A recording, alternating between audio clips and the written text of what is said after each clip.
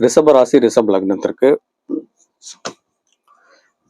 Emperor card, bearers card இதுவும் ரிவர்ஸில் வந்திருக்கு. ஸோ அப்போ வந்து இவங்களும் இந்த போல் ஒரு என்ன மாதிரியான விஷயங்கள் இருக்கணும் அப்படின்னு பார்த்தீங்கன்னா, ஒரு பொதுவாக எதுலேயுமே பொறுப்பேற்றுக்க விரும்பாமல் இருக்கிறது, அதே நேரத்தில் இழப்பு, முதிர்ச்சியின்மை, நிர்வாகத்தோட அப்படி ஒரு மாதிரி தொடர்பு கொள்ள முடியாமல், ஒத்துழைச்சி வாழ முடியாமல், ஒரு மாதிரி பாசிட்டிவாக அவங்க கூட அப்ரோச் பண்ண முடியாத ஒரு நிலையை கொடுக்கறது, அல்லது முதியவர்களை வந்து கொஞ்சம் பொறுப்பு ஏற்க விடாமல் பண்ணுறது, இந்த மாதிரி ஒரு வெளியேற்றப்படுதல், அவங்களெல்லாம் அனுப்புறது, வெளியே அனுப்புறது, இந்த மாதிரி விஷயங்கள்லாம் நடக்கும்.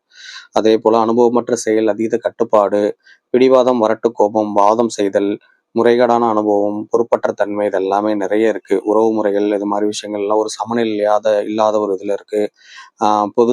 ஒரு ஒத்துழைப்பு இல்லாத ஒரு நபரா, ஒத்துழைப்பு இல்லாதவங்க கூட சேர்ந்து வாழ்ற மாதிரியான ஒரு சூழ்நிலைகளோ இது மாதிரி இருக்கு. உணர்வுகளை கட்டுப்பட முடியாத ஒரு நிலைமையில தான் இருப்பாங்க அப்படிங்கிற மாதிரி காட்டுது.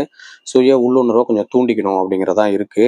பொதுவா இவங்களுக்கு வந்து ஒரு முருகன் கோவில் வந்து வழிபாடு, ஒரு மலை ஏறி போய் முருகனை வழிபாடு பண்ணிட்டு வர்றது மூலமாகவும் ஒரு ஒரு 2 மணி நேரம் ரிலாக்ஸ் பண்ணிட்டு அமைதியாக தியானம் பண்ணிட்டு வரதுக்கான வாய்ப்புகள் இருந்துச்சுன்னா அதை நீங்கள் செஞ்சீங்கன்னா உங்களோட செயல்திறன் அதிகரிக்கும் அப்படிங்கிறது ஒரு கணக்கில் இருக்கு.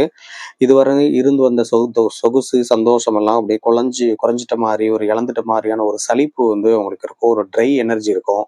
அதனால கான்ஸ்டிபேஷன் வரதுக்கு வாய்ப்பு இருக்கு. இந்த உணவு செரிக்காம போறது, அப்புறம் வந்து வயிறு வீக்கம், இரைப்பை, குடல் அந்த மாதிரி ஒரு யூரினரி இன்ஃபெக்ஷன் இது மாதிரிலாம் இருக்கிறது வாய்ப்பு இருக்கு. ஸோ அதனால நிறைய தண்ணி குடிங்க, கரெக்டான தண்ணியை குடிங்க.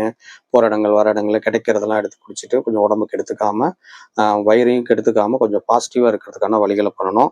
போட்டி பொறாமை கொஞ்சம் அதிகமாக தான் இருக்குது. அதனால் யாரையும் நம்பி எதுவும் பண்ணாதீங்க. கொஞ்சம் பார்த்து கவனமாக இருந்து அடுத்தவங்கள ஆலோசனை கேட்டு இந்த வருஷத்தை நல்லபடியாக ஆக்கிக்கிறதுக்கு முயற்சி பண்ணுங்கள். அவங்கவுங்க குலதெய்வ வழிபாடு பண்ணுங்கள். ஸோ இந்த ரிஷபராசி ரிஷபத்துக்கு இதுதான் பலன்.